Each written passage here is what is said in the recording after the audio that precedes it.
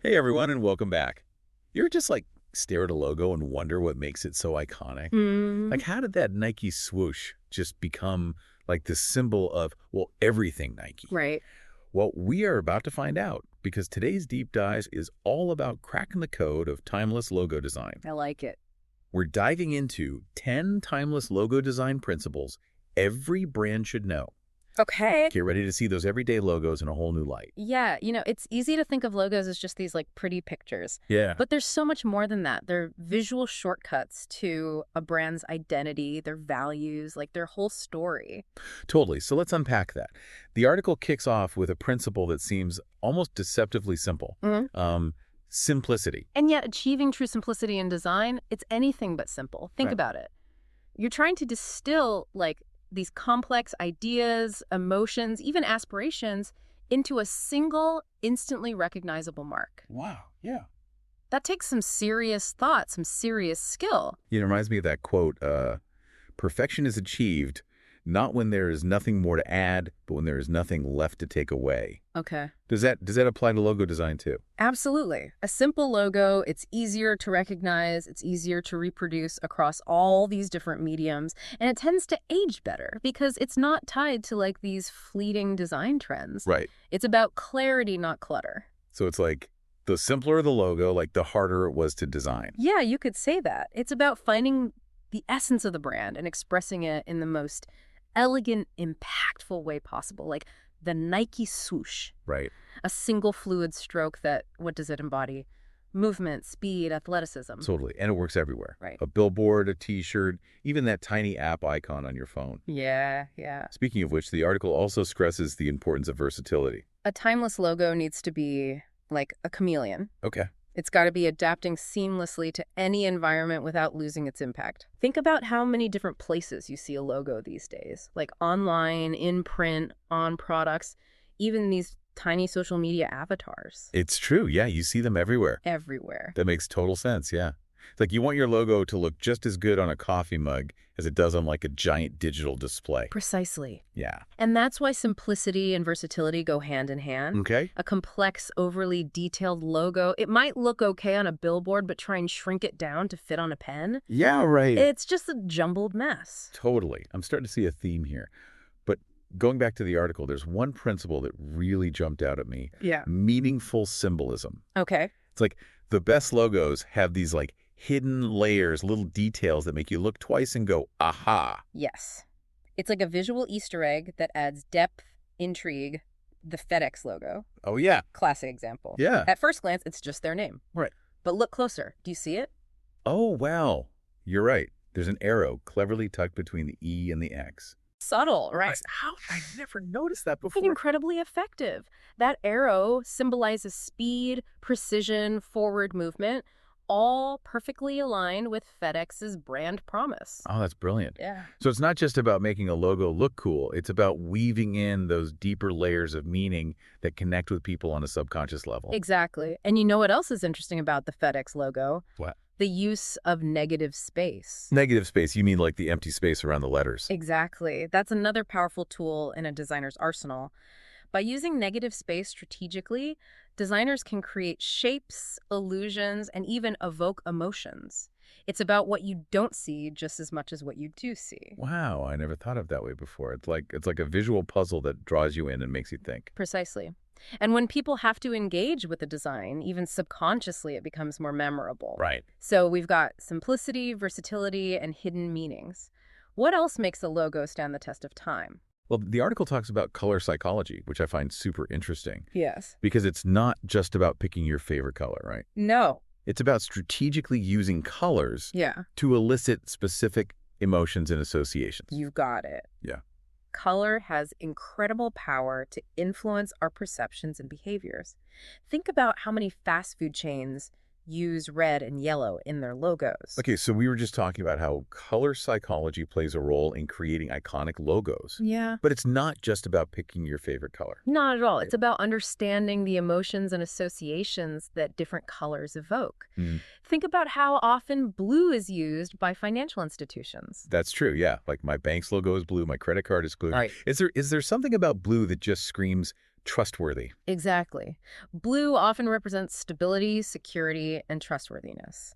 Green, on the other hand, tends to be associated with nature, growth, and health, which is why you see it used by a lot of eco-conscious brands. Makes sense. So if you're starting a health food company, maybe stay away from the bright reds and oranges, huh? Yeah, it might send the wrong message. Right. Now, color is important, but let's not forget about distinctiveness.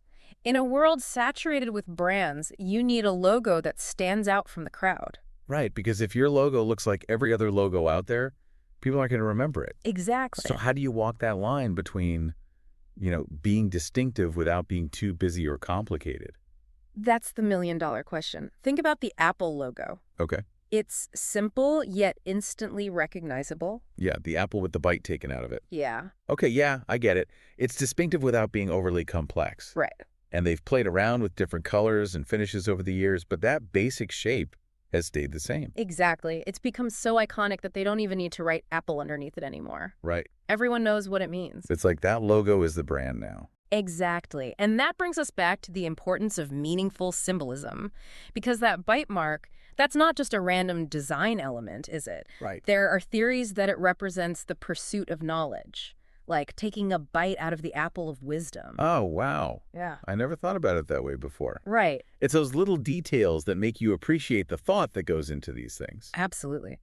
Another great example is the Starbucks logo. Dun- Have you ever noticed how much thought went into that design? You mean the mermaid lady with the crown? No. I always thought she looked kind of intense. Well, she's actually a siren from Greek mythology. Oh, okay. And sirens were known for their enchanting voices, which lured sailors to their doom. Okay, that's a little dark for a coffee company, don't you think? Maybe. But the idea is that Starbucks coffee is so good, so irresistible, that it will lure you in just like a siren song.